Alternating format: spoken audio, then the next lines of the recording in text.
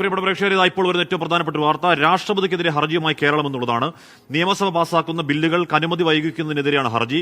Supreme കോടതിയിൽ രാഷ്ട്രപതിക്കെതിരെ കേരളം ഹർജി നൽകി. ഗവർണറും ഹർജിയിൽ എതിർകക്ഷിയാണ്. രാഷ്ട്രപതിക്കെതിരെയാണ് സംസ്ഥാനത്തിന്റെ ഹർജി. വാർത്തയുടെ വിശദാംശങ്ങൾ അല്പസമയത്തിനകം ആർ രാധാകൃഷ്ണൻ ചേരുമെന്ന് പ്രതീക്ഷിക്കുന്നു.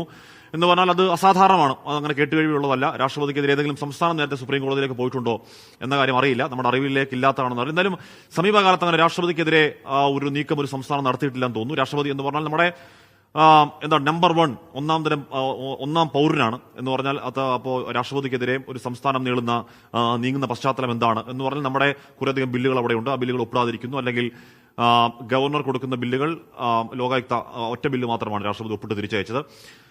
ആർ രാധാകൃഷ്ണൻ, അങ്ങേയറ്റം അസാധാരണമാണ്, അങ്ങേയറ്റം പതിവില്ലാത്ത നീക്കം സംസ്ഥാനം നടത്തുന്നത് എന്ത് പശ്ചാത്തലത്തിലാണ്, എന്താണ് സുപ്രീം കോടതിയിൽ പറയുന്നത് സംസ്ഥാനം? ആർക്കെ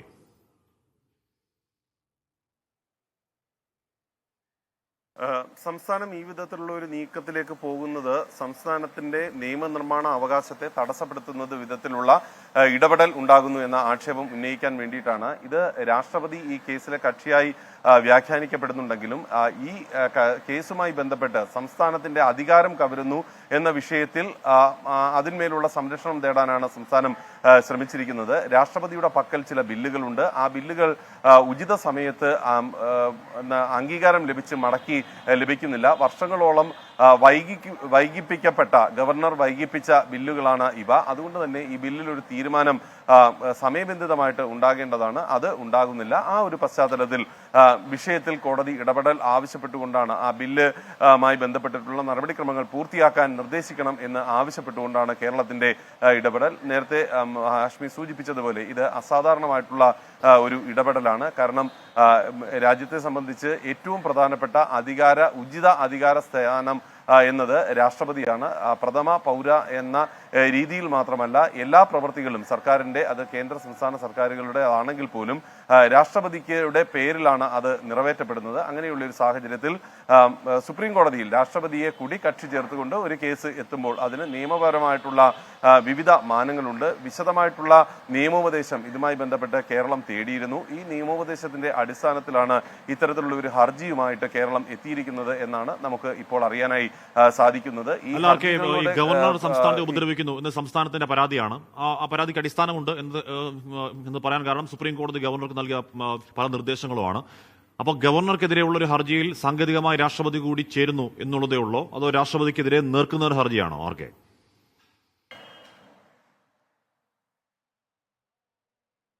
ഇതിൽ നമുക്ക് നേർക്കുനേർ ഹർജി എന്ന് പറയേണ്ടി വരുന്ന ഒരു സാഹചര്യം എന്നത് ഗവർണർക്ക് എതിരായിട്ടുള്ള ആരോപണങ്ങൾ നിലനിൽക്കെ ഗവർണറുടെ ഭാഗത്ത് നിന്ന് വലിയ വീഴ്ചകൾ ഉണ്ടായി എന്ന് ബോധ്യപ്പെട്ടിരിക്കെ സുപ്രീം കോടതി അടക്കം അത് കണ്ടെത്തിയിരിക്കുന്ന ഒരു സാഹചര്യം നിലനിൽക്കുമ്പോൾ ഗവർണർ പരിഗണിച്ച് വൈകിപ്പിച്ച ബില്ലുകൾ വീണ്ടും ഈ കാലം ഒരുപാട് വൈകുന്ന ഒരു അവസ്ഥയിലേക്ക് എത്തുന്നു.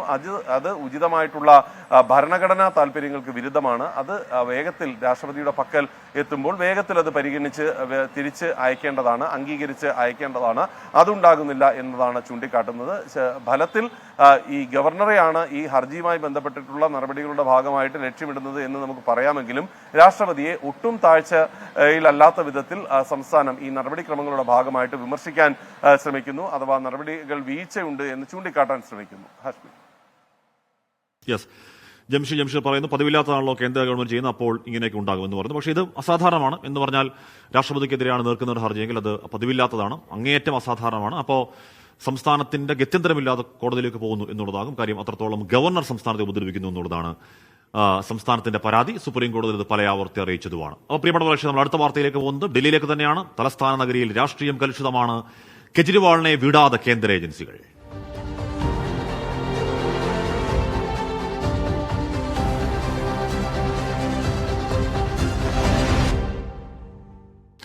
എന്ന് പറഞ്ഞാൽ രാജ്യത്തെ തന്നെ ഞെട്ടിച്ചതാണ് അരവിന്ദ് കെജ്രിവാളിന്റെ അറസ്റ്റ്. ഈ പറയുന്ന 9 തവണ സമൻസ് കൈപ്പറ്റിയിട്ടില്ല എന്നൊക്കെ പറയുമ്പോൾ പോലും അങ്ങേയറ്റത്തെ അറസ്റ്റ് എന്നുള്ള നീക്കത്തിലേക്ക് ഈടി പോകുമെന്ന് ആരും കരുതിയതല്ല. എന്തായാലും അറസ്റ്റ് ഉണ്ടായിരിക്കുന്നു. അവിടെയും അരവിന്ദ് കെജ്രിവാളിനെ വിടാൻ ഉദ്ദേശിക്കുന്നില്ല കേന്ദ്ര സർക്കാർ. ഇഡിയുടെ അല്ലെങ്കിൽ കേന്ദ്ര അന്വേഷണ ഏജൻസികൾ ഏതാണ്ട് ഒന്നാണ്. അപ്പോൾ ഇഡിയുടെ കസ്റ്റഡി കാലാവധി പൂർത്തിയായാൽ CBI കൂടി അരവിന്ദ് കെജ്രിവാളിന് അറസ്റ്റ് രേഖപ്പെടുത്തുമെന്നാണ് അറിയുന്നത്. ഇഡിയുടെ കസ്റ്റഡി കാലാവധി പൂർത്തിയായി കോടതിയിൽ ഹാജരാക്കുമ്പോൾ CBIയുടെ അല്ലെങ്കിൽ എന്താണ് അറസ്റ്റ് രേഖപ്പെടുത്തൽ നടപടി ഉണ്ടാകും? അങ്ങനെയെങ്കിൽ കൂടുതൽ കാലം കെജ്രിവാളിന് കസ്റ്റഡിയിൽ കഴിയേണ്ടി വരുമോ എന്നത് ചോദ്യമാണ്. മനീഷ് സിസോദിയയുടെ ജാമ്യ ഹർജി സുപ്രീം കോടതി പരിഗണിച്ചത് ഈ തിങ്കളാഴ്ചയായിരുന്നു. ജാമ്യം അനുവദിക്കരുതെന്ന് ആവശ്യപ്പെടാൻ CBI കാരണമാക്കിയത് ഉടൻ ഒരു ഹൈ പ്രൊഫൈൽ അറസ്റ്റ് കൂടി ഈ കേസിൽ ഉണ്ടായെന്ന വാദമായിരുന്നു. കേസിലെ പ്രധാന ആസൂത്രകൻ ഉടൻ അറസ്റ്റിലാകുന്ന സാഹചര്യത്തിൽ അന്വേഷണം ഉടൻ പൂർത്തിയാക്കാൻ സാധിക്കുമെന്നും CBI കോടതിയിൽ വ്യക്തമാക്കി. മനീഷ് സിസോദിയയ്ക്ക് സുപ്രീം കോടതി ജാമ്യം ഇതേ തുടർന്ന് നിഷേധിച്ചു. CBI കോടതിയിൽ സൂചിപ്പിച്ച ഹൈ പ്രൊഫൈൽ അറസ്റ്റ് കേജ്രിവാളിന്റേതാണ്. കേജ്രിവാളിനെ കേസിൽ പ്രതി ചേർക്കാനുള്ള നടപടികൾ CBI ഇപ്പോൾ വേഗത്തിലാക്കി. മദ്യനയ അഴിമതി കേസിലാകും കേജ്രിവാൾ പ്രതിയാകുക. കോഴ കൈപ്പറ്റി സ്വകാര്യ മദ്യമാഫിയകൾക്ക് വേണ്ടി മദ്യനയം മാറ്റിയെന്നതടക്കമുള്ള ഗുരുതര ആരോപണങ്ങളാണ് CBI കേസിലെ ആരോപണങ്ങൾ. ആർ രാധാകൃഷ്ണൻ, 24, ഡൽഹി. ED കസ്റ്റഡിയിൽ അരവിന്ദ് കെജ്രിവാളെ ചോദ്യം ചെയ്യൽ ഇപ്പോഴും പുരോഗമിക്കുകയാണ്. അവിടെ വലിയ പ്രതിഷേധം ഉയരുന്നുണ്ട്. നേരത്തെ നമ്മൾ പറഞ്ഞതുപോലെ അതിഷി മർലേന, ആം ആദ്മി പാർട്ടിയുടെ മന്ത്രി, അല്ലെങ്കിൽ ആം ആദ്മി പാർട്ടിയുടെ വനിതാ മുഖം, ശക്തയായ കരുത്തുറ്റ വനിതാ മുഖം എന്നൊക്കെ പറയുന്ന 10 മണിക്ക് വാർത്താ സമ്മേളനം നടത്തി. എങ്ങനെയാണ് ഈ മാപ്പുസാക്ഷി BJPക്ക് ഇലക്ട്രൽ ബോണ്ട് വഴി പണം കൊടുത്തത് എന്ന കാര്യമൊക്കെ പറയുന്നുണ്ടായിരുന്നു. ആർ രാധാകൃഷ്ണൻ, ആർക്കെ ഡൽഹിയുടെ രാഷ്ട്രീയ കാലാവസ്ഥ എങ്ങനെയാണ്? പ്രതിഷേധങ്ങൾ എങ്ങനെയാണ്? ചോദ്യം ചെയ്യൽ പുരോഗമിക്കുന്നത് എങ്ങനെയാണ്?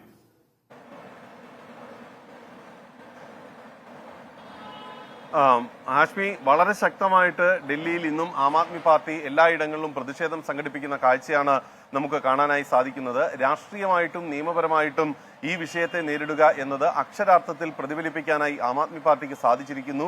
രാഷ്ട്രീയമായിട്ടുള്ള പ്രതിരോധം ആം ആദ്മി പാർട്ടി തീർക്കുന്നത് ഇതുമായി ബന്ധപ്പെട്ട് ഇന്നലെ കേസിന്റെ വാദഘട്ടത്തിൽ ED ആയുധമാക്കിയ മാപ്പുസാക്ഷിയുടെ മൊഴികളും ആ മാപ്പുസാക്ഷിയുടെ ക്രെഡിബിലിറ്റിയും ആണ്. മാപ്പുസാക്ഷി ആയി പറയുന്ന അരവിന്ദ ഭാർവയുടെ ഉടമ അദ്ദേഹം ഈ കേസിന്റെ ഭാഗമായി മാപ്പുസാക്ഷിയാക്കിയ പെട്ട വേളയിൽ BJPക്ക് അനുകൂലമായിട്ട് നൽകിയ ഇലക്ട്രൽ ബോണ്ടുകളെയാണ് ഇന്ന് ആം ആദ്മി പാർട്ടി വിഷയമാക്കിയിരിക്കുന്നത്. മാപ്പുസാക്ഷിയായി മാറിയതിന് തൊട്ടു പിന്നാലെ BJPക്ക് പണം നൽകിയ, ഇലക്ട്രൽ ബോണ്ട് വഴി പണം നൽകിയ വ്യക്തിയാണ് ഈ മാപ്പുസാക്ഷി എന്നതാണ് ചൂണ്ടിക്കാട്ടപ്പെടുന്നത്. അങ്ങനെയുള്ള മാപ്പുസാക്ഷിയുടെ ഒരു മൊഴിയുടെ അടിസ്ഥാനത്തിലാണ് അരവിന്ദ് കെജ്രിവാളിന്റെ അറസ്റ്റ് ഉണ്ടായിരിക്കുന്നത് എന്നതുൾപ്പെടെയുള്ള ആരോപണങ്ങൾ അതിഷി ഉന്നയിച്ചു. ഇത് കൂടാതെ ഏറ്റവും ഗൗരവകരമായിട്ടുള്ള ആരോപണം, ഈ വിഷയത്തിൽ കോഴപ്പണം യഥാർത്ഥത്തിൽ കൈപ്പറ്റിയത് BJP ആണ്. അതിന് തെളിവുണ്ട്. ഇലക്ട്രൽ ബോണ്ടുകൾ അതിന്റെ ഏറ്റവും പ്രധാനപ്പെട്ട തെളിവുകളായി നമുക്ക് മുന്നിൽ നിൽക്കുകയും ചെയ്യുന്നുണ്ട്. അരവിന്ദ് ഭാർമയുടെ ഉടമ എന്ന രീതിയിൽ ഉള്ള ഇടപെടലാണ് അത് വ്യക്തമാക്കുന്നത്. അദ്ദേഹത്തിന്റെ ജാമ്യ ഹർജി പരിഗണിക്കുമ്പോൾ ഇടപെടാതെ മാറി നിന്ന കേന്ദ്ര ഏജൻസികളുടെ സമീപനം ഈ കോഴ കൈപ്പറ്റിയതിന് തുടർച്ചയായി എന്ന രീതിയിൽ തന്നെ വ്യാഖ്യാനിക്കേണ്ടി ഇരിക്കുന്നു. അങ്ങനെയാണെങ്കിൽ BJPയുടെ ദേശീയ അധ്യക്ഷനെതിരെ കേസെടുക്കണം, BJPക്കെതിരെ അന്വേഷണം നടത്തണം, BJPയെ കക്ഷി ചേർക്കണം എന്നീ ആവശ്യങ്ങളും കൂടി അതിഷി ഉന്നയിച്ചിരിക്കുന്നു എന്നുള്ളതാണ് ഇപ്പോൾ നമുക്ക് അറിയാൻ സാധിക്കുന്നത്. അരവിന്ദ് കെജ്രിവാളിനെ സംബന്ധിച്ച് അദ്ദേഹത്തിന്റെ ചോദ്യം ചെയ്യൽ തുടരുന്ന ഒരു സാഹചര്യം ഉണ്ട്. അദ്ദേഹത്തിന് കൂടുതൽ നാളുകളിൽ ഈ ജുഡീഷ്യൽ കസ്റ്റഡിയിൽ അടക്കം കഴിയേണ്ടി വരുന്ന ഒരു അവസ്ഥയുണ്ടാകുമോ എന്നതിനെ സംബന്ധിച്ച് ആം ആദ്മി പാർട്ടിക്ക് ആശങ്കയുണ്ട്. അക്കാര്യത്തിൽ ചില ജയിലിൽ നിന്ന് ഭരണം നടത്താമെന്ന് പറയുകയാണെങ്കിലും ഈ ജയിൽ മാനുവൽ അഥവാ jail rule, Delhi jail rules അതിന് അനുവാദം നൽകുന്നില്ല. കാരണം ഡൽഹി ജയിൽ റൂൾ അനുസരിച്ച് അവിടെ എത്തുന്ന ഒരു അന്തേവാസിക്ക്, അത് റിമാൻഡ് പ്രതിയാണെങ്കിൽ പോലും അവിടെ ചില എന്തൊക്കെ അവകാശങ്ങളുണ്ട് എന്നതിനെ സംബന്ധിച്ച് വ്യക്തമായി പറയുന്നുണ്ട്. ആ അവകാശങ്ങളുടെ കൂട്ടത്തിൽ ഏതെങ്കിലും വിധത്തിൽ ഒരു ഔദ്യോഗിക സ്ഥാനം വഹിക്കുന്ന വിധത്തിൽ പ്രവർത്തിക്കാൻ ജയിലിനുള്ളിൽ നിന്ന് സാധിക്കില്ല എന്നുള്ളതാണ്. അതുകൊണ്ട് ഇപ്പോൾ അദ്ദേഹം EDയുടെ കസ്റ്റഡിയിലാണ്. അതുകൊണ്ട് ആ വിധത്തിലുള്ളൊരു വ്യാഖ്യാനം വരില്ല. പക്ഷേ ഈ ED കസ്റ്റഡിക്ക് ശേഷം ജയിലിലേക്ക് പോകേണ്ടി വരുന്ന ഒരു അവസ്ഥയുണ്ടെങ്കിൽ അത് അരവിന്ദ് കെജ്രിവാളിനെ സംബന്ധിച്ച് വെല്ലുവിളിയാകും. ഇതിനെ എങ്ങനെ നേരിടാം എന്നതടക്കമുള്ള കാര്യങ്ങളാണ് ആം ആദ്മി പാർട്ടി ആലോചിക്കുന്നത്. സുപ്രീം കോടതിയെ സമീപിക്കാൻ വേണ്ടിയിട്ടൊരു നീക്കം നടക്കുന്നുണ്ട്. ഈ PMLA ആക്ടിന്റെ യഥാർത്ഥ വ്യവസ്ഥകൾ പറയുന്ന താല്പര്യങ്ങൾ അനുസരിച്ചോ സുപ്രീം കോടതിയുടെ ഉത്തരവനുസരിച്ചോ അല്ല അരവിന്ദ് കെജ്രിവാളിനെ അറസ്റ്റ് ചെയ്തത് എന്നതടക്കമുള്ള കാര്യങ്ങൾ ഉന്നയിക്കാനാണ് ആം ആദ്മി പാർട്ടി ശ്രമിക്കുന്നത്. PMLA ആക്ടിലെ 19 പറയുന്ന ചട്ടങ്ങളും മനീഷ് സിസോദിയയുടെ അറസ്റ്റുമായി ബന്ധപ്പെട്ട ഹർജിയിൽ സുപ്രീം കോടതി പുറപ്പെടുവിച്ച, അഥവാ സുപ്രീം കോടതി ഈ ഏതെങ്കിലും മാപ്പുസാക്ഷിയുടെ ഒരു മൊഴിയുടെ അടിസ്ഥാനത്തിൽ ഒരാളെ അറസ്റ്റ് ചെയ്യുന്നത് ഉചിതമല്ല എന്ന് പറഞ്ഞ കാര്യങ്ങളും അടക്കം സുപ്രീം കോടതിയിൽ വീണ്ടും എത്തിക്കാൻ വേണ്ടിയിട്ടുള്ള ശ്രമമാണ് ആം ആദ്മി പാർട്ടി നടത്തുന്നത്. അഭിഷേക് സിംഗ്വിയുടെ നേതൃത്വത്തിൽ ഇതുമായി ബന്ധപ്പെട്ടിട്ടുള്ള ചർച്ചകൾ നടക്കുന്നുണ്ട്.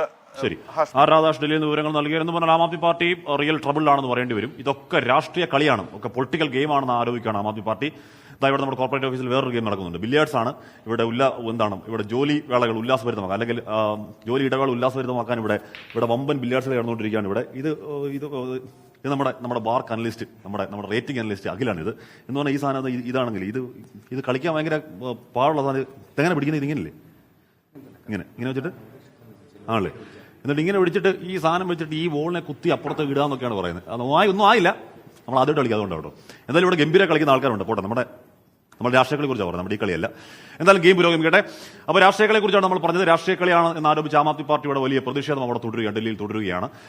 പോയ ദിവസങ്ങളിലൊക്കെ നൂറുകണക്കിന് ആം ആദ്മി പാർട്ടി പ്രവർത്തകർ അവിടെ ഇറങ്ങുന്നുണ്ട്, തെരുവുകളെ സ്തംഭിപ്പിക്കുന്നുണ്ട്. അതനുസരിച്ച് ഡൽഹി പോലീസ് ഇടപെടുന്നുണ്ട്. അവർ അയൺ ഫിസ്റ്റ് എന്നൊക്കെ പറയുന്ന രീതിയിൽ ഇരുമ്പ് കൈ ഉപയോഗിച്ചുകൊണ്ട് അവർ അടിച്ചമർത്തുന്നൊക്കെ ഉണ്ട്. ബൽറാം അരവിന്ദ് കെജ്രിവാൾ എന്ന് പറയുന്ന ആം ആദ്മി പാർട്ടിയുടെ എല്ലാമാണ്.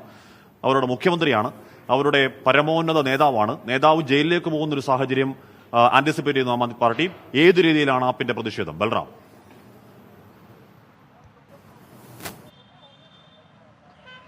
ഹഷ്മി സൂചിപ്പിച്ച പോലെ തന്നെ ആം ആദ്മി പാർട്ടിയെ സംബന്ധിച്ചിടത്തോളം എല്ലാമാണ് കെജ്രിവാൾ. ഈ പാർട്ടിയുടെ ശബ്ദവും മുഖവും മുദ്രാവാക്യവും കെജ്രിവാൾ മാത്രമാണ്. ആ കെജ്രിവാളിനെതിരെയാണ് അറസ്റ്റ് ഉണ്ടായിരിക്കുന്നത്. ആം ആദ്മി പാർട്ടിയെ സംബന്ധിച്ചിടത്തോളം ഈ അറസ്റ്റ് മുൻകൂട്ടി കണ്ടിരുന്നതാണ്. കഴിഞ്ഞ വർഷം ഏതാണ്ട് ഒരു വർഷമായി കെജ്രിവാൾ ഏത് സമയവും അറസ്റ്റ് ചെയ്യപ്പെട്ടേക്കും എന്ന ആശങ്ക പാർട്ടിക്കുണ്ടായിരുന്നു. അതുകൊണ്ട് തന്നെ കൃത്യമായ മുന്നൊരുക്കങ്ങൾ ഇക്കാര്യത്തിൽ നടത്തിയിരുന്നു ആപ്പ് എന്നുള്ളത് വാസ്തവമാണെങ്കിൽ പോലും തെരഞ്ഞെടുപ്പ് പ്രഖ്യാപിച്ചതിന് പിന്നാലെ പ്രത്യേകിച്ച് കെജ്രിവാളിൻ്റെ ഒരു ഹർജി കോടതിയിലിരിക്കെ ഒരു അറസ്റ്റ്, ഒരു അർദ്ധരാത്രി അദ്ദേഹത്തിൻ്റെ വസതിയിൽ കയറി ഒരു അറസ്റ്റ് കെജ്രിവാളോ ആം ആദ്മി പാർട്ടിയോ പ്രതീക്ഷിച്ചിരുന്നില്ല. കെജ്രിവാൾ തന്നെ അക്കാര്യം വ്യക്തമാക്കിയതാണ്. ഇതോടെ ആം ആദ്മി പാർട്ടി എന്തായാലും പ്രതിഷേധം ശക്തമാക്കാനുള്ള തീരുമാനത്തിലാണ്. എന്നാൽ മുൻപ് മനീഷ് സിസോദിയെയും സഞ്ജയ് സിംഗും അറസ്റ്റ് ചെയ്ത പോലെയല്ല സാഹചര്യം. ഡൽഹി പോലീസ് കടുത്ത മുന്നൊരുക്കങ്ങൾ നടത്തിയാണ് കെജ്രിവാളിനെതിരായ ഈ അറസ്റ്റിലേക്ക് കാര്യങ്ങൾ നീക്കിയത്. ശക്തമായ പോലീസ് വിന്യാസം ഡൽഹിയിലെ തന്ത്രപ്രധാനമായ സ്ഥലങ്ങളിലെല്ലാം ഉണ്ട്. ആപ്പിൻ്റെയും BJPയുടെയും ഓഫീസിൽ ശക്തമായ പോലീസ് വിന്യാസമുണ്ട് ഓഫീസുകൾക്ക് പുറത്ത്. ഒപ്പം ഇന്ന് പ്രതിഷേധം നടന്നത് ഡൽഹിയിലെ ഷഹീദ് പാർക്കിലാണ്. ഇന്ന് രക്തസാക്ഷി ദിനമാണ്. ആം ആദ്മി പാർട്ടിയുടെ ആശയം ഭഗത് സിംഗിന്റെ ആശയവും അംബേദ്കറിന്റെയും ഗാന്ധിയുടെയും ആശയമാണ് എന്നാണ് ആം ആദ്മി പാർട്ടി അവകാശപ്പെടുന്നത്. അത്തരത്തിൽ രക്തസാക്ഷി ദിനത്തിൽ ഷഹീദ് പാർക്കിലായിരുന്നു വൻ പ്രതിഷേധം ആം ആദ്മി പാർട്ടി സംഘടിപ്പിച്ചത്. നിയന്ത്രണങ്ങളെയും മറികടന്നുകൊണ്ട് നൂറുകണക്കിന് അപ്രവർത്തകർ ഇവിടെ എത്തി. പഞ്ചാബ് മുഖ്യമന്ത്രി ഭഗവത് മാനും ഡൽഹി മന്ത്രിമാരായ കൈലാഷ് ഗെഹ്ലോട്ടും അതിഷിയും ഇവിടെ എത്തി പ്രതിഷേധത്തിന് നേതൃത്വം നൽകി. ഇന്ത്യ മുന്നണിയിലെ മറ്റ് പാർട്ടി നേതാക്കൾ ഇവിടെ എത്തുമെന്ന ആപ്പ് നേതാക്കൾ അറിയിച്ചിരുന്നെങ്കിലും അത് ഉണ്ടായില്ല. വരും ദിവസങ്ങളിലും പ്രതിഷേധം ശക്തമാക്കും. ഇന്ന് ഈ ഷഹീദ് പാർക്കിലെ പ്രതിഷേധത്തിന് ശേഷം പുറത്തിറങ്ങിയ ആം ആദ്മി പാർട്ടി പ്രവർത്തകർ റോഡിലും ഈ ഷഹീദ് പാർക്കിന് പുറത്ത് പ്രധാന റോഡിൽ തന്നെ ഉപരോധിച്ചുകൊണ്ട് പ്രതിഷേധിച്ചു. അവരെ പോലീസ് കർശന നടപടിയിലൂടെ നീക്കി, ബലം പ്രയോഗിച്ച് തന്നെ നീക്കി. ഇപ്പോഴും നമുക്ക് കാണാം വലിയ പോലീസ് വിന്യാസം തന്നെ ഈ ഷഹീദ് പാർക്കിന് പരിസരത്തുണ്ട്. ബാരിക്കേഡുകൾ നിരത്തിയിട്ടുണ്ട്. ഏത് സമയവും ഏത് നിമിഷവും ഡൽഹിയിൽ ഇത്തരത്തിൽ ഒരു പ്രതിഷേധം ആം ആദ്മി പാർട്ടിയുടെ ഭാഗത്തു നിന്നും ഉണ്ടായേക്കും എന്ന പ്രതീക്ഷ ഡൽഹി പോലീസിനുണ്ട്. കാരണം ഇത്തരത്തിൽ ഡൽഹിയിലെ തെരുവിലെ സമരങ്ങളിലൂടെ വളർന്നു വന്ന പാർട്ടിയാണ് ആം ആദ്മി പാർട്ടിയും അരവിന്ദ് കെജ്രിവാളും. അദ്ദേഹം അകത്താകുമ്പോൾ പാർട്ടിക്ക് ഇനി നഷ്ടപ്പെടാനൊന്നുമില്ല എന്നുള്ള ഒരു മനോഭാവത്തിൽ ശക്തമായ പ്രതിഷേധങ്ങൾ സംഘടിപ്പിക്കും എന്ന് ഡൽഹി പോലീസും കണക്ക് കൂട്ടുന്നുണ്ട്. ഈ വരുന്ന ചൊവ്വാഴ്ച പ്രധാനമന്ത്രി നരേന്ദ്രമോദിയുടെ വസതിയിലേക്ക് ആം ആദ്മി പാർട്ടി വൻ പ്രതിഷേധ റാലി തന്നെ പ്രഖ്യാപിച്ചിരിക്കുകയാണ്. ഇത്തരത്തിൽ പ്രതിഷേധം അനുനിമിഷം എന്തായാലും ആം ആദ്മി പാർട്ടിക്ക് അങ്ങനെ സമരം നടത്തിയേ മതിയാവുകയുള്ളൂ. കാര്യം അവരുടെ എക്സിസ്റ്റൻഷ്യൽ പ്രശ്നമാണ്, അവരുടെ അസ്തിത്വത്തിന്റെ പ്രശ്നമാണ്, നിലനിൽപ്പിന്റെ പ്രശ്നമാണ്. നശിച്ചു പോകാതിരിക്കാനുള്ള ഒരു പോരാട്ടം അവർക്ക് നടത്തിയേ മതിയാവുകയുള്ളൂ. അപ്പോൾ നമുക്ക് കാണാം ഡൽഹിയുടെ തെരുവുകളിൽ ഇപ്പോൾ പ്രധാനമന്ത്രിയുടെ വീട്ടിലേക്കൊക്കെ മാർച്ച് പ്രഖ്യാപിക്കുന്നുണ്ട്. അങ്ങേയറ്റം അസാധാരണമായ സമരരീതിയൊക്കെയാണ്. ഏത് രീതിയിൽ ആ സമരം പോകും? കാര്യം അവരുടെ മുഖ്യമന്ത്രിയാണ് ED-യാൽ അറസ്റ്റ് ചെയ്യപ്പെട്ട് ഇപ്പോൾ കസ്റ്റഡിയിൽ കഴിയുന്നത്. ജയിലിലേക്ക് പോകുമോ എന്ന ഭീഷണിയുള്ളത്. ഇവിടെ വിപിൻ വെള്ളിയാട്ട് പറയുകയാണ്. ഹായ് അഷ്മി. ഹായ്. അസൽ ചൂടാണ് ഇവിടെ. ഇന്നാണ് പ്രശസ്തമായ ചേലക്കര അന്തിമഹാകാളൻകാവ് വേല. എല്ലാവർക്കും ഒരു ആശംസ അറിയിക്കണമെന്ന് പറയുകയാണ്. അപ്പോൾ എല്ലാവർക്കും ആശംസകൾ അറിയിച്ചിരിക്കുന്നു. ഇവിടെ വേറൊരു പ്രേക്ഷകൻ വൈശാഖ പറയുകയാണ് രാഷ്ട്രപതിക്ക് നിയമത്തിൽ നിന്നും ഇമ്മ്യൂണിറ്റി ഉണ്ട്, പക്ഷേ നിയമത്തിന് അതീതനല്ല എന്ന് പറയുകയാണ്. അപ്പോൾ അത് പക്ഷേ അസാധാരണമാണ്, നമുക്കറിയില്ല. അതിന് നിയമവശങ്ങളൊക്കെ നമുക്ക് ഇനി വേണം. കാര്യം അത്തരമൊരു വാർത്ത അപൂർവമായി വരാറുള്ളൂ. അങ്ങനെ വാർത്ത വന്നിരിക്കുന്നത് ഇനിയാണ് എന്താണ് അതിന്റെ പൊളിറ്റിക്കൽ ഡയമെൻഷൻസ് എന്നൊക്കെ നമ്മൾ അറിയാനിരിക്കുന്നത്. അപ്പോൾ ഇവിടെ പ്രേക്ഷകരെ നമ്മുടെ വേണ്ടല കോർപ്പറേറ്റ് ഓഫീസിലാണ്. ഇവിടെ ഇങ്ങനെ പാർട്ടീഷൻ പോലെ ചെടികളൊക്കെ വെച്ചിട്ടുണ്ട്. അപ്പോൾ അതിങ്ങനെ വെള്ളമൊക്കെ വെച്ച് വളരെ മനോഹരം മെയിൻറ്റെയിൻ ചെയ്തിരിക്കുകയാണ്. ആകെ പച്ചപ്പും ഹരിതാപയുമാണ് ഈ ഓഫീസിനകത്ത്. ആ പ്രേക്ഷകരെ ഒരു കൊണ്ടുവരാൻ വെൽക്കം പ്രിയപ്പെട്ട പ്രേക്ഷകർ, നമ്മുടെ വാർത്തായാത്ര അങ്ങനെ തുടരുകയാണ്. അതാ ഇവിടെ ഒരു പ്രേക്ഷകൻ പറയുകയാണ്, അറ്റൻഷൻ ടു എസ്കേൻ, ചക്രവർത്തിയാണ് പറയുന്നത്, അറ്റൻഷൻ ടു എസ്കേൻ എന്നും കമന്റ് ഇടുന്നവർക്ക് സമ്മാനങ്ങൾ ഐഫോൺ മുതലായി കൊടുക്കണം പ്ലീസ്. ചെറിയ ആഗ്രഹമൊന്നുമല്ലോ, ഐഫോൺ വേണമെന്ന് പറയുന്നത്. പ്രസാദ് നായർ പറഞ്ഞു ആഷ്മി ഹായ് ഒരു വില്ലല് കൊടു, തമിഴ് വില്ലൻ വന്നു. അപ്പോൾ നമ്മൾ വീണ്ടും വാർത്തകളിലേക്ക് വരുന്നത് ലോക്സഭാ തെരഞ്ഞെടുപ്പ് വാർത്തകളിലേക്കാണ്.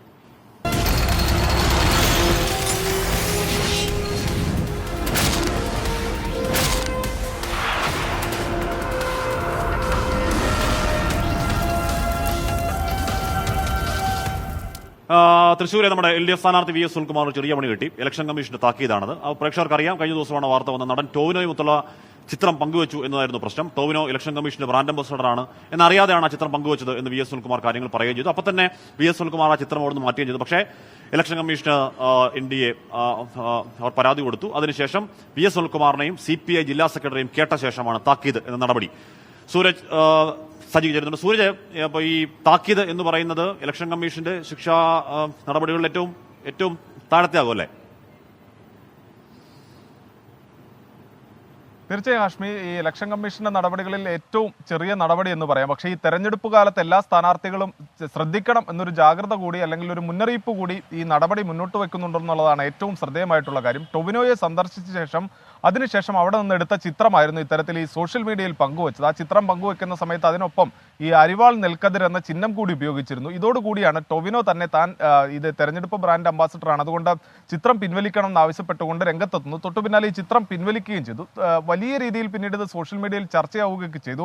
ഈ ടൊവിനോയുടെ അനുവാദമില്ലാതെ എടുത്ത ചിത്രമായിരുന്നു, ആ ചിത്രം അങ്ങനെ പോസ്റ്റ് ചെയ്തു, അത്തരത്തിൽ പോസ്റ്റ് ചെയ്തു എന്ന തരത്തിലൊക്കെയായിരുന്നു ചർച്ച. പിന്നീട് ടൊവിനോ തന്നെ രംഗത്തെത്തി, താനിങ്ങനെ ബ്രാൻഡ് അംബാസഡർ ആയതുകൊണ്ടാണ് ആരും തന്റെ ചിത്രം പങ്കുവെക്കരുത് എന്ന് പറഞ്ഞത് എന്ന് കാണിച്ചുകൊണ്ട് ടൊവിനോ തന്നെ രംഗത്തെത്തി. തൊട്ടു പിന്നാലെയായിരുന്നു NDAയുടെ ജില്ലാ കോർഡിനേറ്റർ ആയിട്ടുള്ള അഡ്വക്കേറ്റ് രവികുമാർ ഈ തെരഞ്ഞെടുപ്പ് കമ്മീഷൻ ഇത് സംബന്ധിച്ച് പരാതി നൽകുന്നത്. പെരുമാറ്റച്ചട്ടം ലംഘിച്ചു എന്ന് കാണിച്ചുകൊണ്ടായിരുന്നു പരാതി. ഈ പരാതിയിന്മേൽ ഈ VS സുനിൽകുമാറിന്റെയും അതുപോലെ തന്നെ CPI ജില്ലാ സെക്രട്ടറിയുടെ അടക്കം ഇവർക്ക് പറയാനുള്ള വാദങ്ങൾ കേട്ടു. ഇവർ പറഞ്ഞിരുന്നു, അതായത് ടൊവിനോ ഇത്തരത്തിൽ ബ്രാൻഡ് അംബാസഡർ ആണെന്ന് തങ്ങൾക്കറിയില്ലായിരുന്നു, അതുകൊണ്ടാണ് ഇത് സോഷ്യൽ മീഡിയയിൽ പങ്കുവച്ചത്. അത് അറിഞ്ഞ സമയത്ത് തന്നെ ഇത് പിൻവലിക്കുകയും ചെയ്തു എന്നിവർ ഇലക്ഷൻ കമ്മീഷനെ അറിയിച്ചു.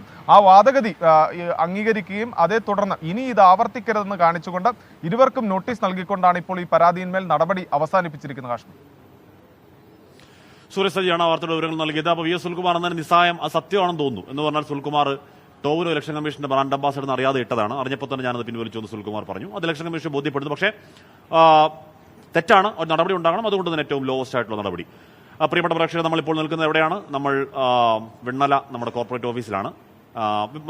വേറൊരു വാർത്തയിലേക്ക്, LDFന്റെ നേതൃത്വത്തിൽ CPM നയിക്കുന്ന പൗരത്വ ഭേദഗതിക്കെതിരായ പ്രതിഷേധം ഇന്ന് കാസർഗോഡാണ്. അതപ്പം സ്വാഭാവികമായും ലോക്സഭാ തെരഞ്ഞെടുപ്പിന്റെ വിഷയങ്ങൾ ഒന്നാണ്, നമുക്കറിയാം, അതിപ്പോൾ പോയ ദിവസങ്ങളിൽ ചർച്ചയായതാണ്. കോൺഗ്രസിന്റെ ഈ വിഷയത്തിൽ ഇരട്ടത്താപ്പാണെന്ന് മന്ത്രി മുഹമ്മദ് റിയാസ് പറയുന്നു. തിരിച്ച് ആരോപണ പ്രത്യാരോപണ രാഷ്ട്രീയ നീക്കങ്ങളൊക്കെ ഉണ്ടാകും. ആ വാർത്തയുടെ വിശദാംശങ്ങളല്ല. കോൺഗ്രസ് അധികാരത്തിൽ വന്നാൽ രാജ്യത്ത് CAA നടപ്പാക്കില്ല എന്ന് KC വേണുഗോപാൽ പറയുകയും ചെയ്യുകയാണ്. ഇന്നലെ കോഴിക്കോട് നടന്ന പൗരത്വ സംരക്ഷണ റാലിയുടെ തുടർച്ചയാണ് CPIM ഇന്ന് കാസർഗോഡ് സംഘടിപ്പിക്കുന്നത്. കാഞ്ഞങ്ങാട് അലാമിപ്പള്ളി മൈതാനത്ത് വൈകിട്ട് 7 മണിക്ക് മുഖ്യമന്ത്രി പിണറായി വിജയൻ റാലി ഉദ്ഘാടനം ചെയ്യും. BJPക്കൊപ്പം തന്നെ കോൺഗ്രസിനെയും രൂക്ഷമായി വിമർശിക്കുന്ന സമീപനമാണ് CPIMന്റേത്.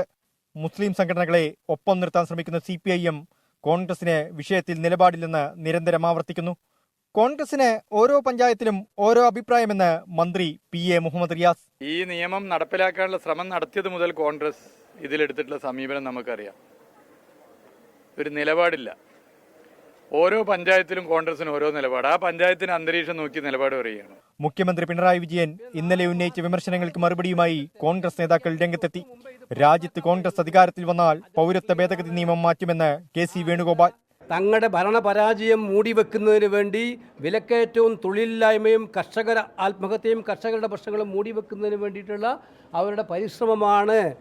അത് നടക്കാൻ പോകുന്നില്ല. ഈ നിയമം ഒട്ടും നടക്കാൻ പോകുന്നില്ല. CAA കേരളത്തിൽ നടപ്പാക്കില്ലെന്ന് മുഖ്യമന്ത്രി ആവർത്തിക്കുകയാണ്. പാർലമെന്റ് പാസാക്കിയ നിയമം സംസ്ഥാനത്ത് അവഗണിക്കുമെന്ന് പറയുന്നത് പൊള്ളത്തരമെന്നാണ് കോൺഗ്രസിന്റെ വിമർശനം. 24 കാസർഗോഡ്. അപ്പോൾ പ്രിയപ്പെട്ട പ്രേക്ഷകരെ, നമ്മുടെ റോയ് തോമസ് പറയുകയാണ് ആ പച്ചപ്പൊന്ന് ഫുള്ളായിട്ട് കാണിക്കാമെന്ന് പറയുകയാണ്. ആ പച്ചപ്പൊന്ന് ഫുള്ളായിട്ട് കാണിക്കാവും. നമ്മുടെ അലോഷിയാണ് ക്യാമറമാൻ. അപ്പോൾ എന്ന് പറഞ്ഞാൽ ഒന്നുമില്ലെന്ന്, ഇത് കുറേ ചെറിയ ചെടിച്ചട്ടികളിൽ ഇങ്ങനെ നമ്മുടെ മണി പ്ലാന്റ് പോലുള്ള ചെറിയ ചെടികൾ ഇങ്ങനെ നിൽക്കുകയാണ്. നമ്മുടെ ഈ ഓഫീസിലുള്ള പാർട്ടീഷനൊക്കെ ഇങ്ങനെയാണ്. ഭയങ്കര രസമാണ്. അപ്പോൾ പക്ഷേ കൃത്യമായി മെയിൻറ്റെയിൻ ചെയ്താൽ മാത്രമേ ഇതിന് കളി നടക്കുള്ളൂ. അതിന് കൃത്യമായി രാവിലെയും വൈകിട്ടൊക്കെ വെള്ളം ഒഴിക്കുക, അതിന് കൃത്യമായി നോക്കുക, പരിചരിക്കുക. മക്കളെ പോലൊക്കെ നോക്കിയാൽ മാത്രമേ ഇത് വൃത്തിക്ക് കരിഞ്ഞു പോകാൻ നിൽക്കുള്ളൂ. പക്ഷേ കുറേ നാളായിട്ട് ഇതിങ്ങനെ വളരെ മനോഹരമായി ഗംഭീരമായിട്ട് നിൽക്കുകയാണ്. അപ്പോൾ നേരത്തെ പറഞ്ഞ പോലെ ഓഫീസിലോട്ട് കയറി വരുമ്പോഴത്തേക്ക് ഈ പച്ചപ്പ് ഹരിതാപം കണ്ടു കഴിയുമ്പോഴത്തേക്ക് ഒരു പോസിറ്റീവ് എനർജി ഇത്രേ ഉള്ളൂ. അപ്പോൾ റോജേട്ടാ കണ്ടോ, ഇതാണ് പച്ചപ്പ് ഹരിതാപം. അപ്പോൾ നമ്മൾ തിരികെ തെരഞ്ഞെടുപ്പിന്റെ പച്ചപ്പിലും ഹരിതാപയിലേക്ക് വന്നാൽ രാജ്യത്ത് നടക്കുന്ന, ഒരുപക്ഷെ ലോകത്ത് പോലും നടക്കുന്ന സംഭവങ്ങൾ നമ്മുടെ കൊച്ചു കേരളത്തിൽ ഒരു കാലത്ത് നിങ്ങൾ സദ്ദാം ഹുസൈനോടൊപ്പമാണോ എന്ന് EMS ഒരു പഞ്ചായത്ത് ഇലക്ഷൻ ചോദിച്ച കാര്യം ഓർമ്മ വരുന്നുണ്ട്. എന്ന് പറഞ്ഞാൽ ഈ സമയത്ത് നടക്കുന്ന എല്ലാ വിഷയവും കേരളത്തിൽ പ്രചാരണ വിഷയമാകും. അതിപ്പോൾ പൗരത്വ ഭേദഗതി ആവട്ടെ, ഇപ്പോൾ അരവിന്ദ് കെജ്രിവാളിനെതിരെ ED നീക്കമാകട്ടെ, എല്ലാം കേരളത്തിൽ വളരെ സജീവമായ ചർച്ചാ വിഷയമാക്കുന്നുണ്ട് മുന്നണികൾ. അതോടൊപ്പം CPM BJP ധാരണ, അന്തർധാര എന്നുള്ള ആരോപണം കടുപ്പിക്കുന്നു കോൺഗ്രസ്. അത് EP ജയരാജന്റെ വാക്കുകൾ മുഖവിലക്കെടുത്താണ്. അതേസമയം തന്നെ അങ്ങനെയല്ല, ആ ധാരണ കോൺഗ്രസും BJPയും തമ്മിലാണെന്ന് കോൺഗ്രസിൽ നിന്ന് പോയ നേതാക്കളെ ചൂണ്ടിക്കാട്ടി പറയുന്നു. CPM അങ്ങനെ ഇലക്ഷൻ പ്രചരണം പൊടിപൊടിക്കുകയാണ് കേരളത്തിൽ.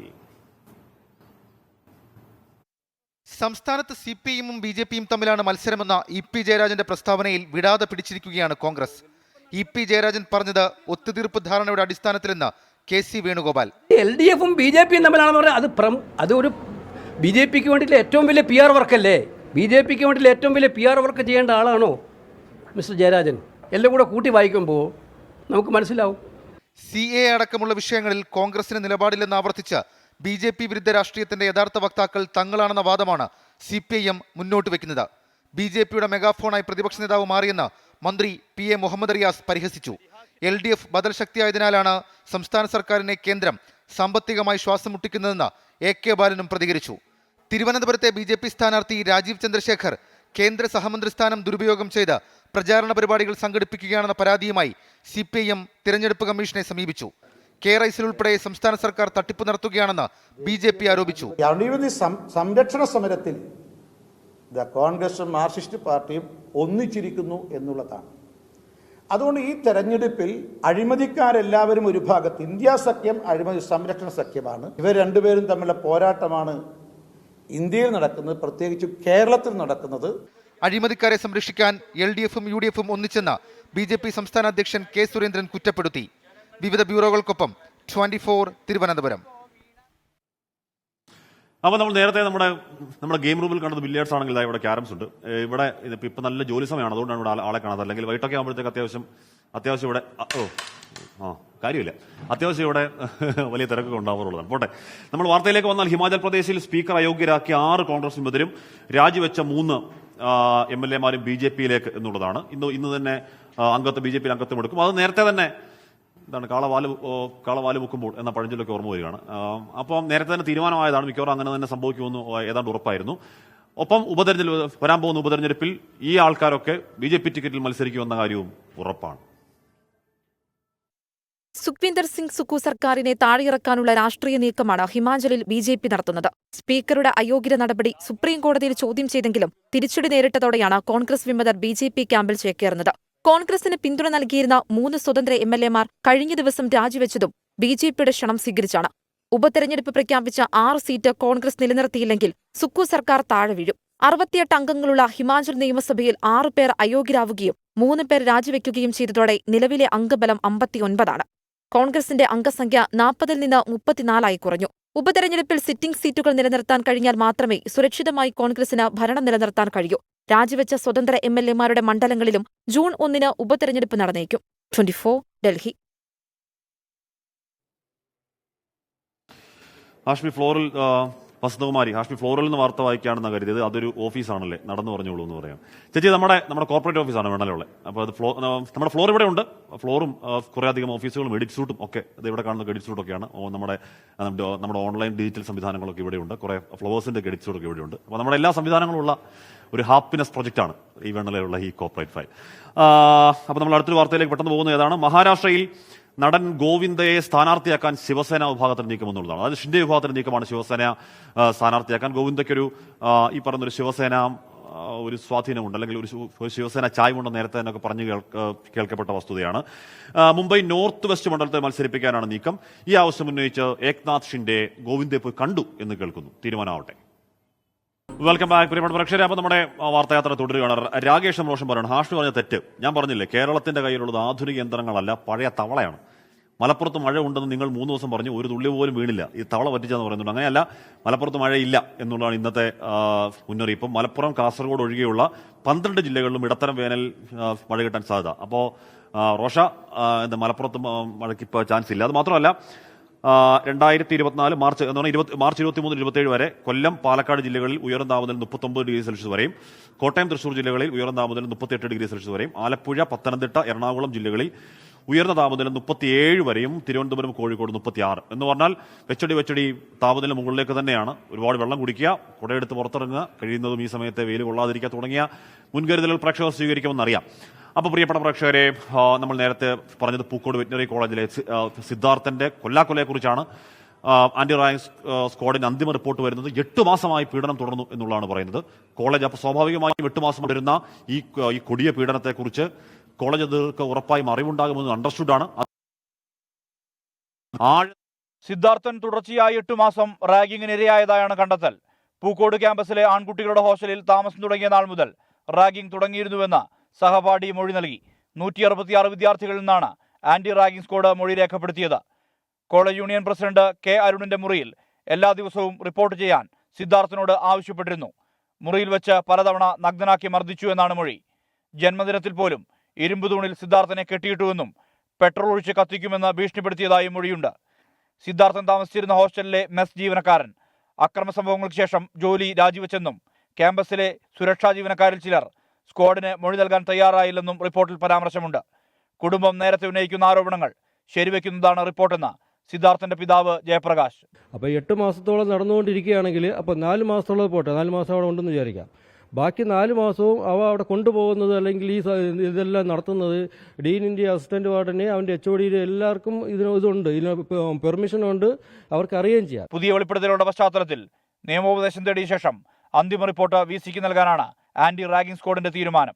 24 വയനാട്. പ്രിയപ്പെട്ട പ്രേക്ഷകരെ, അപ്പോൾ നമുക്കറിയാം, അപ്പോൾ അതിന്റെ പിന്നാലെ നമ്മളുണ്ട്, ആ വാർത്തയ്ക്ക് പിന്നാലെയുണ്ട്. ഏതെങ്കിലും തരത്തിൽ അന്വേഷണത്തിലോ ഏതെങ്കിലും ഡെഫിഷ്യൻസി ഉണ്ടായാൽ ഉറപ്പായും ആ വാർത്ത പുറത്തുവിട്ട ചാനൽ എന്നുള്ള നിലയ്ക്ക് ഇടപെടൽ ഉണ്ടാകുമെന്ന കാര്യം പ്രേക്ഷകർക്കും സിദ്ധാർത്ഥന്റെ വീട്ടുകാർക്കും നമ്മൾ എപ്പോഴും നൽകിയ ഉറപ്പ് പോലെ ഉറപ്പ് നൽകുകയാണ്. പക്ഷേ നമുക്ക് ഉറപ്പാണ്, സിദ്ധാർത്ഥൻ നേരിട്ടത് അത്രത്തോളം കൊടിയ സമാനതകളില്ലാത്ത പീഡനമായിരുന്നു, കൊടിയ അക്രമമായിരുന്നു, കാര്യത്തിൽ തർക്കവുമില്ല.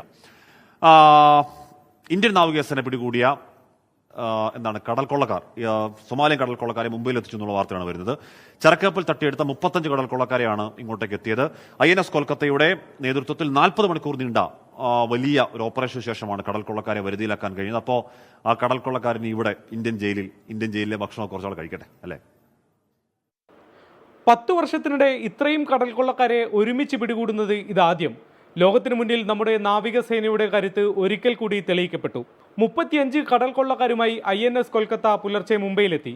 കനത്ത സുരക്ഷയിൽ യെല്ലോ ഗേറ്റ് പോലീസ് കടൽ കൊള്ളക്കാരെ കസ്റ്റഡിയിൽ വാങ്ങി. സമുദ്ര സുരക്ഷയുമായി ബന്ധപ്പെട്ട വകുപ്പുകൾ ചുമത്തിയാണ് കേസ്.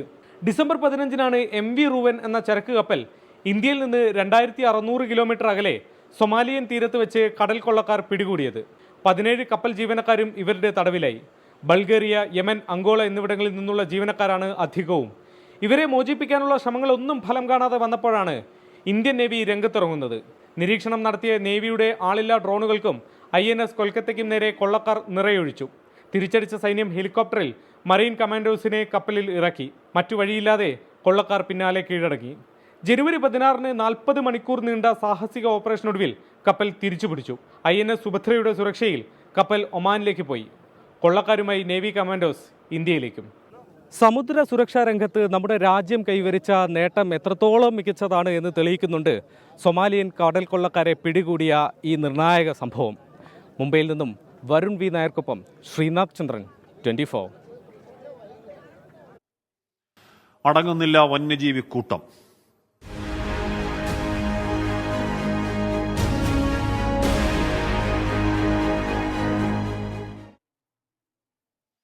സംസ്ഥാനത്ത് വീണ്ടും വന്യജീവി ആക്രമണം ഒരു പുതിയ വാർത്തയല്ല. ഏറ്റവും ഒടുവിൽ കോതമംഗലം മാമലക്കണ്ടത്ത് കാട്ടാനക്കൂട്ടം വീട് തകർത്തു എന്നുള്ളതാണ്.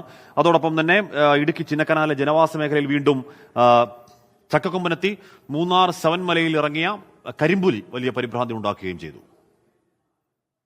മാമലക്കണ്ടം സ്വദേശി തോമസിന്റെ വീടാണ് ആനക്കൂട്ടം തകർത്തത്. തോമസും കുടുംബവും സംഭവ സമയത്ത് സ്ഥലത്ത് ഉണ്ടായിരുന്നില്ല. വീടിന് സമീപത്തെ കൃഷിയും ആനകൾ നശിപ്പിച്ചു. ദിവസങ്ങൾക്കു ശേഷം ചിന്നക്കനാൽ സിംഗുകണ്ടത്ത് ജനവാസ മേഖലയിൽ ചക്കക്കൊമ്പനെത്തി. ഇന്നലെ രാത്രിയാണ് ആന ഇറങ്ങിയത്. കാട്ടുകൊമ്പൻ ജനവാസ മേഖലയിൽ എത്തുന്നത് തടയാൻ നടപടി സ്വീകരിക്കണമെന്ന് നാട്ടുകാർ ആവശ്യപ്പെട്ടു. മൂന്നാർ സെവൻമലയിൽ കരിമ്പുലി ഇറങ്ങിയത് ഭീതി വർദ്ധിപ്പിച്ചു. വിനോദസഞ്ചാരികളാണ് പുലിയെ കണ്ടത്. പ്രദേശത്ത് വനംവകുപ്പ് പരിശോധന നടത്തുന്നുണ്ട്. കോഴിക്കോട് കുന്നമംഗലത്ത് കണ്ട ജീവി പുലിയല്ലെന്ന് സ്ഥിരീകരിച്ചു. താമരശ്ശേരി റേഞ്ച് ഓഫീസറുടെ നേതൃത്വത്തിൽ നടത്തിയ പരിശോധനയിൽ കാട്ടുപൂച്ചയാണ് എന്ന് സ്ഥിരീകരിച്ചതോടെ ആശങ്കയൊഴിഞ്ഞു.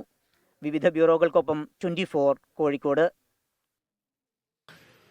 അതിനിടയിൽ വയനാട് ബത്തേരി പഴൂരിൽ കടുവ കടുവയുടെ ആക്രമണം. ഫോറസ്റ്റ് സ്റ്റേഷനടുത്ത് പശുവിനെ കടുവ കടിച്ചു കൊന്നു എന്ന വാർത്തയാണ്. സുർജിത്ത് അതിന്റെ വിവരങ്ങളുമായി ചേരുന്നു. സുർജിത്ത്, ആ മേഖലയിൽ ഭീതിയുണ്ടോ, ആധിയുണ്ടോ, ആശങ്കയുണ്ടോ എന്ന് ചോദിക്കുന്നില്ല.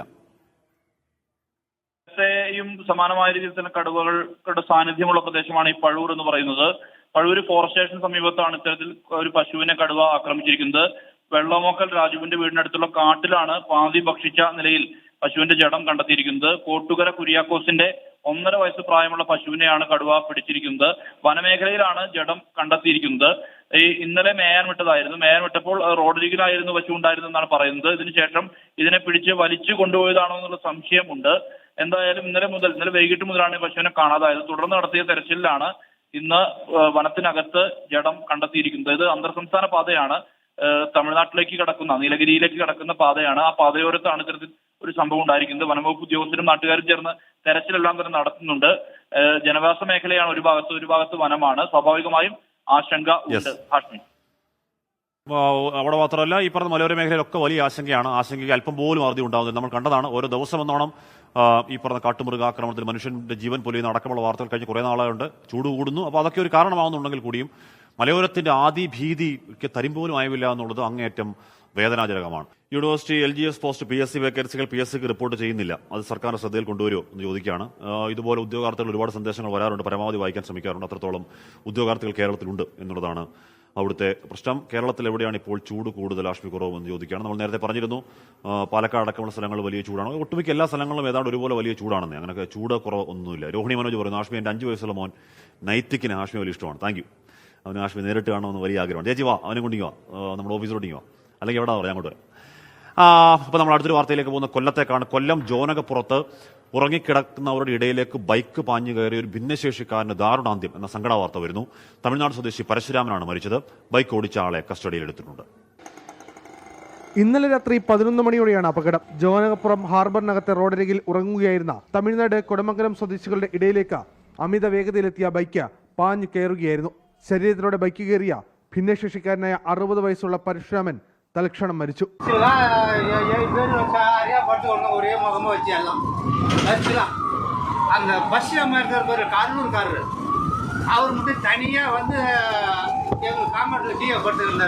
ഗുരുതരമായി പരിക്കേറ്റ സരസ്വതി, രാജി എന്നിവരെ തിരുവനന്തപുരം മെഡിക്കൽ കോളേജ് ആശുപത്രിയിൽ പ്രവേശിപ്പിച്ചു. സരസ്വതിയുടെ തോളലിന് ഗുരുതരമായി പരിക്കേറ്റു. ഹാർബറിനകത്ത് വെറും കഞ്ചാവ് വിൽക്കുന്നവരും മദ്യം വിൽക്കുന്നവരെയും യഥേഷ്ടം വ്യാപരിക്കുകയാണ്. ഇവരെ അമർച്ച ചെയ്യാനായിട്ട് കഴിയുന്നേയില്ല. ഇപ്പം ഇത്തരം വിഷയങ്ങൾ പോലീസ് ഉണരേണ്ട സമയം കഴിഞ്ഞിരിക്കുന്നു, അതിക്രമിച്ചിരിക്കുന്നു. ജനമൈത്രി പോലീസാണെന്ന് പറയുന്നെങ്കിലും നമ്മൾ പല മീറ്റിങ്ങുകളിലും പങ്കെടുക്കുമ്പോഴും ഈ വിഷയത്തെക്കുറിച്ചൊക്കെ അവതരിപ്പിച്ചിട്ടുണ്ടെങ്കിലും ഇടപെടുന്നുണ്ടെങ്കിലും കാര്യക്ഷമതയോടുകൂടെ ഇടപെടാനായിട്ട് കഴിയുന്നേയില്ല. സ്ത്രീകൾ ഉൾപ്പെടെ പരിക്കേറ്റ 7 പേർ കൊല്ലം ജില്ലാ ആശുപത്രിയിൽ ചികിത്സയിലാണ്. കടപ്പുറത്ത് മത്സ്യത്തൊഴിലാളികളെ സഹായിച്ച് ഉപജീവനം നടത്തുന്നവരാണ് അപകടത്തിൽപ്പെട്ടത്. ഹാർബറിനുള്ളിൽ ലഹരി ഉപയോഗം വ്യാപകമാണെന്നും പോലീസ് പരിശോധന നടത്തുന്നില്ലെന്നും മത്സ്യത്തൊഴിലാളികൾ ആരോപിച്ചു. 24 കൊല്ലം. ഉണ്ണി പറയാണ് നല്ല വാർത്തകളൊന്നും ഇല്ലല്ലോ. എന്നാ ചെയ്യാനാട്ടോ, ഉള്ള വാർത്തയല്ലേ വായിക്കാൻ പറ്റുള്ളൂ. സത്യം ഈ പറഞ്ഞ വാർത്തകളൊക്കെ സങ്കട വാർത്തയാണ്. അതിന് കാരണം വസന്തകുമാരി കെ പറയും മനുഷ്യത്വം എന്നത് എവിടെയോ നഷ്ടപ്പെടുന്ന കാലം എന്ന് പറയുകയാണ്. മനുഷ്യത്വം മരവിച്ച മനുഷ്യർ ഇറങ്ങിക്കൂട്ടി കാട്ടിക്കൂട്ടുന്ന വാർത്തയാകും. സ്വാഭാവികമായും ഇങ്ങനെ ക്രൂരമർദ്ദനമായും കൊലപാതകമായും ഇത്തരത്തിലുള്ള സംഭവങ്ങളായൊക്കെ വാർത്തയുടെ രൂപത്തിൽ വരും. കാലത്തിന്റെ പ്രശ്നമാണ്, നമ്മുടെ കുറ്റമല്ല. അപ്പോൾ സത്യഭാമയുടെ അധിക്ഷേപത്തെ തുടർന്ന് നാടിന്റെ നാനാഭാഗങ്ങളിൽ നിന്ന് നമ്മുടെ കലാഭവൻ, പ്രിയങ്കരനായ കലാഭവനയുടെ സഹോദരൻ എന്നതിലുപരി അതുല്യ കലാകാരൻ RLV രാമകൃഷ്ണൻ വലിയ പിന്തുണ കിട്ടിക്കൊണ്ട ദിവസമാണ്. കലാമണ്ഡലത്തിലെ വിദ്യാർത്ഥിയുടൻ തന്നെ കലാമണ്ഡലം കൂത്തമ്പലത്തിൽ മോഹിനിയാട്ടം അവതരിപ്പിക്കാൻ ക്ഷണിക്കുകയാണ് RLV രാമകൃഷ്ണൻ. ഉറപ്പായും പ്രതിഷേധ സൂചകമായി തന്നെയാണ് ആ ക്ഷണം. അപ്പോൾ കലാമണ്ഡലത്തിന്റെ കൂത്തമ്പലത്തിൽ ചിലങ്ക കെട്ടാനായതിൽ അല്ലെങ്കിൽ ആ സാധ്യതയിൽ വലിയ സന്തോഷം എന്നുള്ളതാണ് RLVയുടെ പ്രതികരണം. RLV രാമകൃഷ്ണനെ നിറത്തിന്റെ പേരിൽ അധിക്ഷേപിച്ച സത്യഭാമ ജൂനിയറിനെതിരെ കലാമണ്ഡലത്തിൽ വലിയ പ്രതിഷേധങ്ങളുണ്ടായി. ഇതിന്റെ തുടർച്ചയായാണ് കൂത്തമ്പലത്തിൽ മോഹിനിയാട്ടം അവതരിപ്പിക്കാൻ RLV രാമകൃഷ്ണനെ വിദ്യാർത്ഥി യൂണിയൻ ക്ഷണിച്ചത്. എംഫിലും PhDയുമൊക്കെ ചെയ്ത കലാമണ്ഡലത്തിൽ ചിലങ്ക കിട്ടാൻ അവസരം ലഭിക്കുന്നത് ആദ്യമായിട്ടാണെന്ന് RLV രാമകൃഷ്ണൻ. ഒരു നർത്തകൻ എന്നുള്ള രീതിയിൽ ഏറ്റവും സന്തോഷം തോന്നുന്ന ഒരു മുഹൂർത്തമാണ്. കാരണം കേരളത്തിൽ ജനിച്ച ആരും നൃത്തവുമായി ബന്ധപ്പെട്ട ആരും സ്വപ്നം കാണുന്ന ഒരു സ്വപ്നഭൂമിയാണ് കലാമണ്ഡലവും. അതുപോലെ തന്നെ കലാമണ്ഡലത്തിലെ കൂത്തമ്പലത്തിൽ നൃത്തം ചെയ്യുക എന്നുള്ളൊരു സംഭവം. ഇന്ന് വൈകുന്നേരം 5 മണിക്കാണ് പരിപാടി നിശ്ചയിച്ചതെങ്കിലും സാങ്കേതിക കാരണങ്ങളാൽ മാറ്റി. ചൊവ്വാഴ്ച വൈകിട്ട് 5-ന് കൂത്തമ്പലത്തിൽ മോഹിനിയാട്ടം അരങ്ങേറും. 24 തൃശൂർ. അപ്പോൾ വിശ്വാസികൾക്ക് ഇത് വ്രതശുദ്ധിയുടെ ദിവസങ്ങളാണ്. കാണാം ഇന്നത്തെ നോമ്പുതുറ സമയം. അൽ മുക്താദിർ ഗോൾഡൻ ഡയമണ്ട്സ് പുണ്യങ്ങളുടെ പൂക്കാലം സമർപ്പിക്കുന്നത് എല്ലാ ആഭരണങ്ങളും ഇപ്പോൾ പണിക്കൂലിയില്ലാതെ വാങ്ങാം. അൽ മുക്താദിർ ജ്വല്ലേഴ്സ്.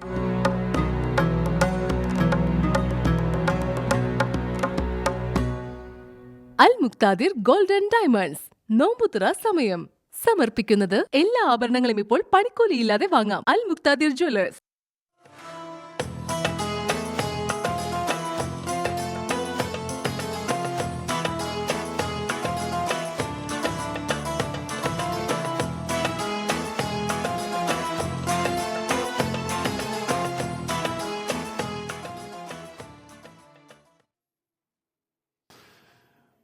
ഇന്നത്തെ കാലാവസ്ഥ. ഇപ്പോഴത്തെ കാലാവസ്ഥ സമർപ്പിക്കുന്നത് Berger paints 100 years of trust.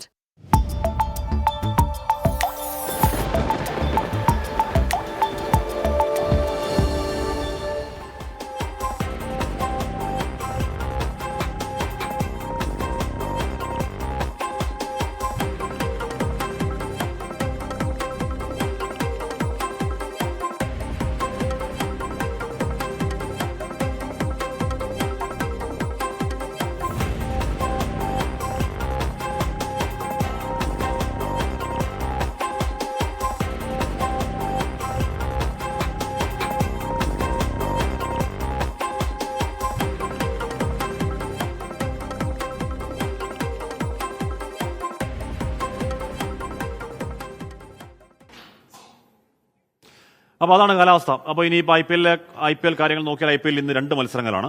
ഉച്ചയ്ക്ക് 3:30 നടക്കുന്ന ആദ്യ മത്സരത്തിൽ പഞ്ചാബ് കിങ്സ് ഡൽഹി ക്യാപിറ്റൽസിനെ നേരിടും. രാത്രി 7:30 നടക്കുന്ന മത്സരത്തിൽ കൊൽക്കത്ത നൈറ്റ് റൈഡേഴ്സിന്റെ എതിരാളികൾ സൺറൈസേഴ്സ് ഹൈദരാബാദ് ആണ്.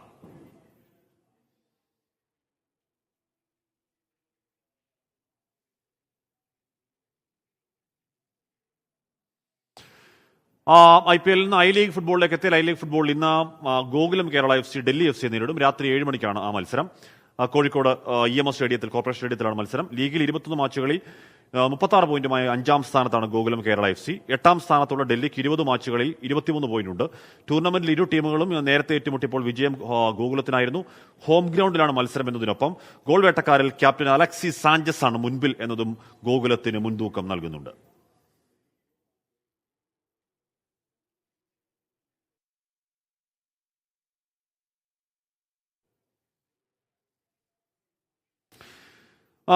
പിന്നെ അന്താരാഷ്ട്ര ജലദിനത്തോടനുബന്ധിച്ച് അസറ്റ് ഹോം സംഘടിപ്പിച്ച പ്രഭാഷണ പരമ്പരയുടെ 27-ാം പതിപ്പ് തിരുവനന്തപുരത്ത് നടന്നു. ബിയോണ്ട് സ്ക്വയർ ഫീറ്റ് എന്ന പേരിലുള്ള പരിപാടി ആർക്കിടെക്ട് ജി ശങ്കർ ഉദ്ഘാടനം ചെയ്തു. ജല പരിസ്ഥിതി സംരക്ഷണത്തെക്കുറിച്ച് പരിസ്ഥിതി ശാസ്ത്രജ്ഞൻ V സുഭാഷ് ചന്ദ്രബോസ് പ്രഭാഷണവും നടത്തി.